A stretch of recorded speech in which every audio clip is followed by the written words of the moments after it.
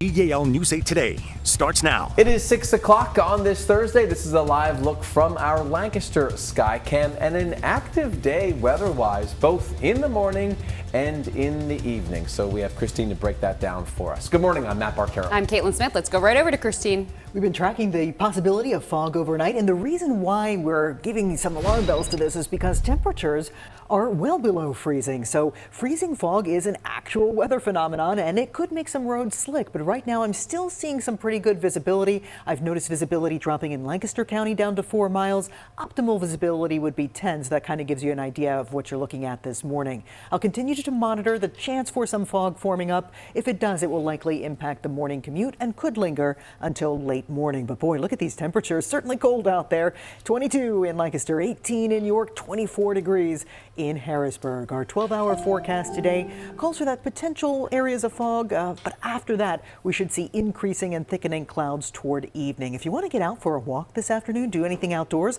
it's not going to be a bad day, Regina. In fact, it could be kind of mild with temperatures in the 40s. A wind picks up overnight, though, and rain moves in.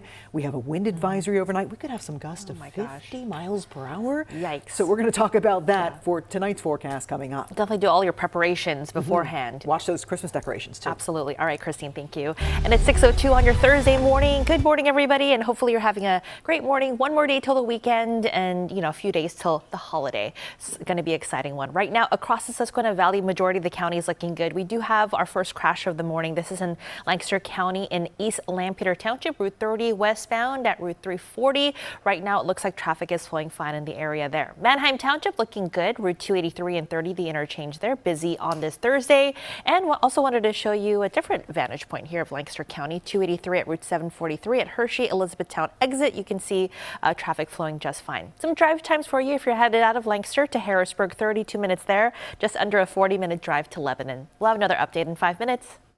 This has been a Lancaster Toyota traffic report.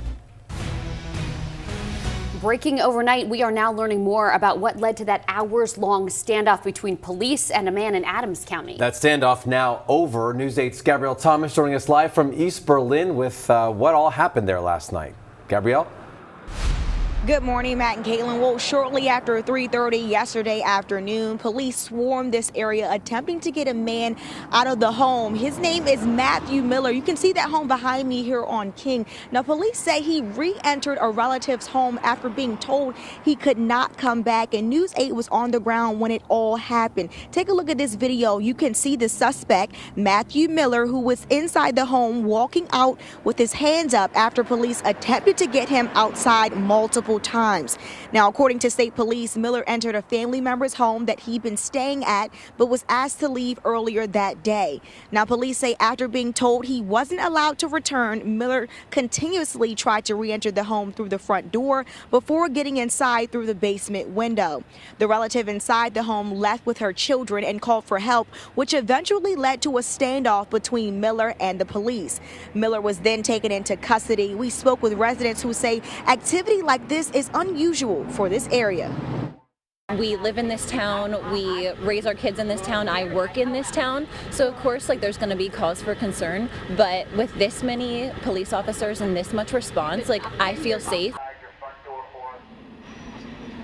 Now, Miller is currently being held at Adams County Prison. We are working to learn more details about what has happened here in East Berlin Borough. As we receive more details, we'll keep you updated on air and online. Reporting live here in East Berlin Borough, Adams County, I'm Gabrielle Thomas, WGAL News 8. All right, thanks, Gabrielle, for that.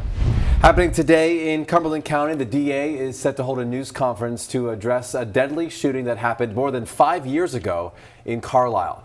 The DA is scheduled to talk about the formal arraignment of Warren Bennett and Rashida Mobley on murder charges in relation to the death of Paul Lanny. He was shot and killed in July of 2020. That news conference set for 2 this afternoon at the Carlisle Police Department. The Ephrata Zoning Hearing Board in Lancaster County is approving a plan for Ephrata National Bank to build a new facility at the Wenger Mill site on Main Street. That mill and another building will be demolished. The bank had asked for that special exception so that it could stay downtown. It's not just about Ephrata National Bank, it's what it means for the community. And what it means for the community is that Ephrata National Bank is going to be part of the downtown for a long time to come. That's what being a community bank is. We build community, and I think we saw community building on full display here tonight.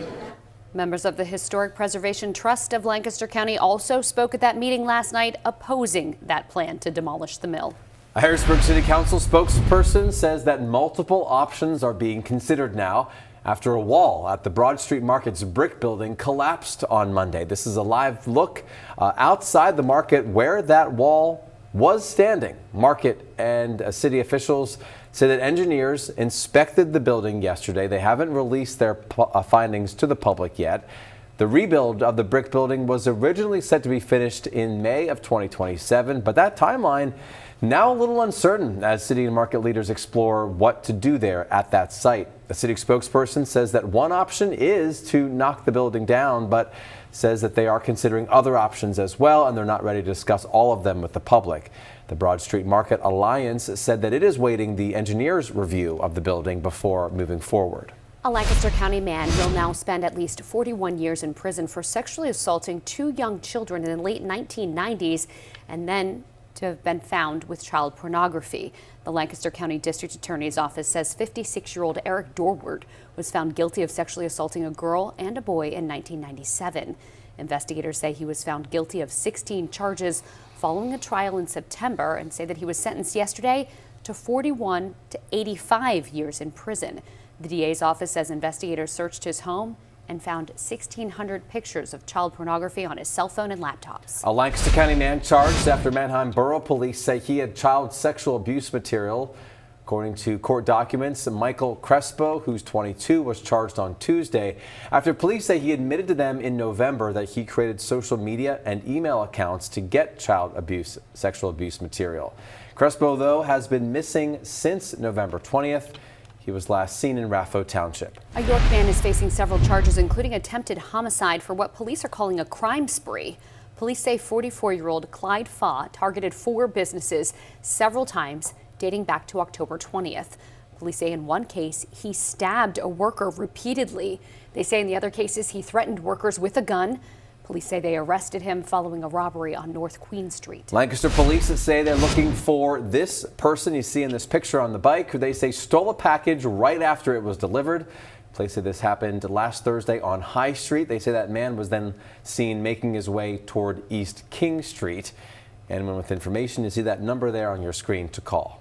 Another theft, this time in Lower Paxton Township in Dauphin County. Police are asking for your help identifying this person, who they say stole more than $9,000 worth of merchandise from a cosmetics store. They say it happened on December 6th at Ulta Beauty on Jonestown Road. Lancaster's police chief about to retire and the department looking for his replacement. Chief Richard Mendez spoke exclusively with News 8 about his 25 years of service as an officer, how he made history, and what's next for him. Chief Mendez grew up on South Queen Street in Lancaster. That's the same area where he began patrolling as an officer. During his time with the police department, he rose through the ranks, eventually becoming chief 3 years ago. I think obviously it's a huge honor. I know it comes up a lot, like the first Hispanic chief with the city, which is great. I think it's just exciting for people to see that someone from the southeast part of Lancaster City was able to be the police chief.